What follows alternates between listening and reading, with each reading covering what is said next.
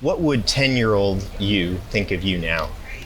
10-year-old me was really submissive to authority, so I probably would have thought I was relatively like important just because I thought adults were important. Based on how 31-year-old me would interact with 10-year-old me, probably think I was relatively fun, like a cool guy. I don't know. Yeah. Just because anytime an older guy interacted with us as if we were like level peers, like if you played with kids to me, Yeah. you were a cool guy. Yeah. Just because I grew up thinking like adults deal with adult things, kids do kid things. So if it ever interacted, Yeah. I was like, And I think we cooler do than that the a rest of lot. us. Yeah, but So- it means a lot to kids when we just treat them exactly like everybody else. yes, exactly. So I probably would have, based on how I interact with kids, shoot, even my nephew, I probably would have thought I was a fun, cool uncle or something like that. Yeah. Yeah. So, what does you now think of you now? I think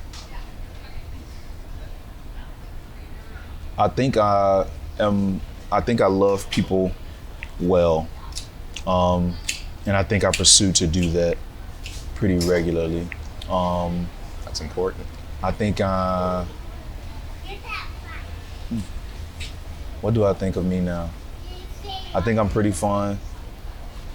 I think I look to see the best in a lot of people, but I do believe I am a lot more jaded by knowledge that I have acquired. So, and which is life. Yeah, it's hard not to let that happen. Exactly. But not so much that I'm a pessimist or anything like that. I believe that I think just with life comes more wisdom, but with more wisdom comes reality, and with reality, all the giggles and Yeah. the what do they say? Ignorance is bliss. The bliss of life Yeah. slowly fades away, and then you just find yourself intentionally pursuing the things that give you joy versus just living in that. Yeah. So, yeah, I think that's a interesting question, but Yeah. I think that's the best way I could think of it right now. That was a good answer. Yeah, appreciate it, man. And I appreciate that. Yeah. So, what makes you who you are? Probably how I came up, and I would say my faith and my faith in how/where I was raised, the environment. Okay. Raised in poverty, single mom with two younger brothers.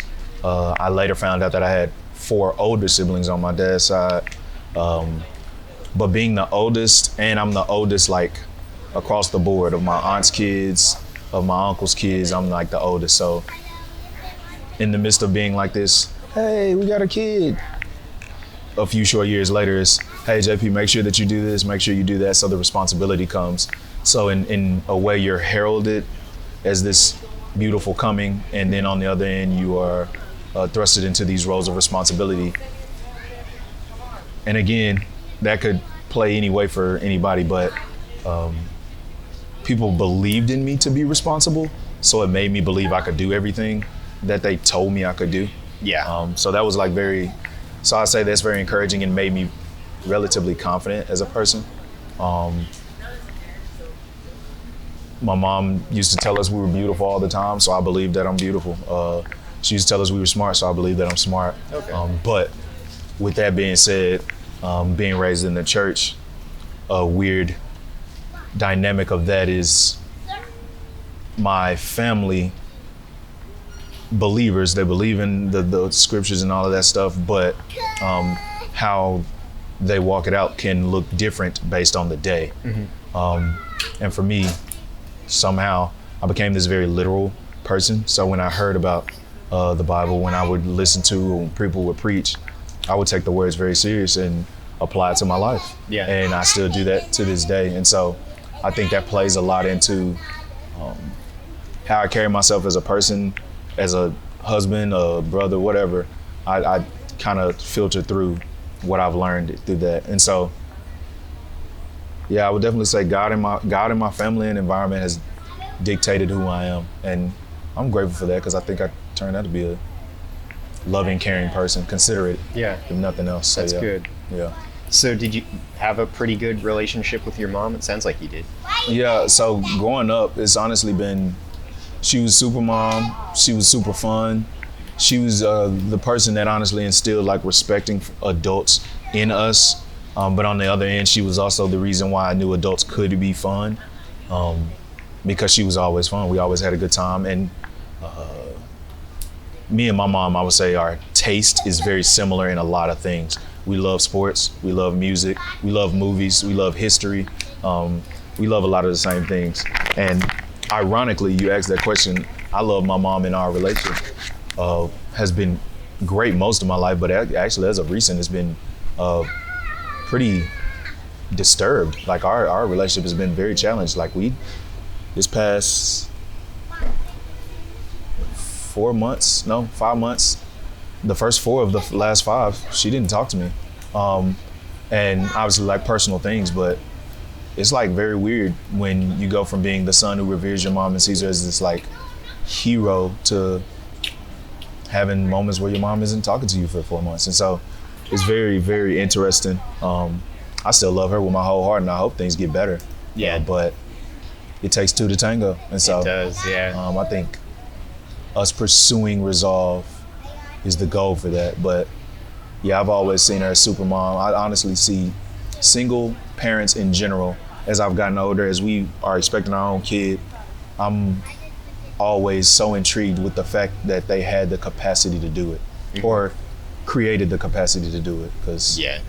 you gotta work, you still gotta find childcare, you also still have to raise your kid, maybe you cook food, whatever it is, like figuring it out. And if you get more than one, if you get 2, 3, 4 kids by yourself, Yeah, that's a lot. you gotta be a superhuman. Like, you may not have been born one, but you turned into one. So Yeah. I'll never not believe that about my mom. So yeah. Do you want your relationship with your mom to be fixed? Do I guess. want it to be fixed? Yeah. Oh yeah, yes. Since day one of disagreements, I'm a person who's seeking resolve almost consistently. Like, if you and I are in relationship and you're friend, family, whatever, and we have a disagreement, I'm not necessarily comfortable if we leave and there's no resolve. And I believe in giving space. So if it's like a intentional, hey, give me a day, that's different to me. That's a part of the process towards the resolve. But Yeah. when it gets to, nah, I don't want to talk to you anymore, Yeah. it's like, but wait, that means we can't fix anything. If we don't talk, we can't fix. So Yeah. I definitely desperately even want it to be fixed, but I also have learned you have to weigh the costs. You have to pay attention to your own investments in it, and realizing that humans are flawed. Therefore, I can give and give and give, but if you're gonna always just take, eventually I'll be run out. Yeah. So at some point, with a wife and with a kid, I have to cut that line and give what I have to my family that I have on hand. And so I think for me, it's a lot of pursuing, but realizing that there's a boundary and there's a limit where I have to come to a, hey, I love you and I hope you come back. Yeah. And that's just what it is. And sadly, I say nobody, but who knows? I don't think if you have a good relationship with somebody and it's become harm, that you don't want it to be resolved. Yeah. So yeah, I would love for it to be fixed.